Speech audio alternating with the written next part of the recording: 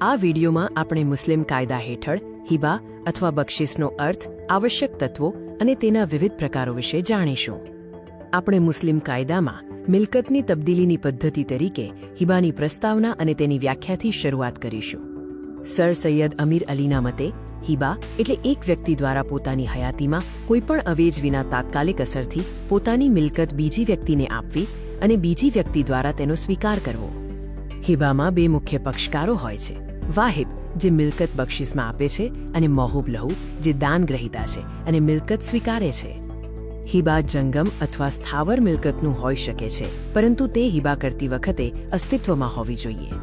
મુશાનો સિદ્ધાંત અવિભાજિત હિસ્સાને લાગુ પડે છે, જેના વિના હિબા અનિયમિત ગણાય.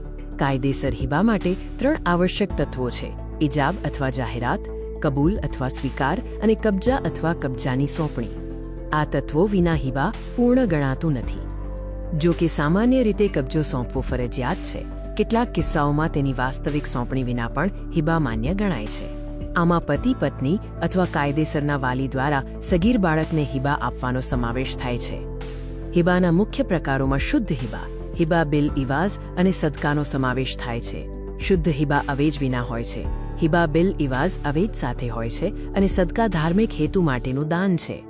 દાતા કબજો સોંપતા પહેલા હિબા પાછો ખેંચી શકે છે.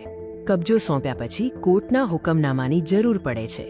જો હિબા લોહીના સંબંધ ધરાવતી વ્યક્તિને અથવા સદકા તરીકે આપ્યું હોય તો તે પાછું ખેંચી શકાતું નથી.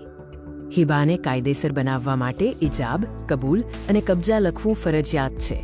પરીક્ષામાં અગત્યના કાનૂની શબ્દો નીચે અંડરલાઇન અવશ્ય કરો. તમારી ફેમિલી લો પરીક્ષા માટે શુભેચ્છા.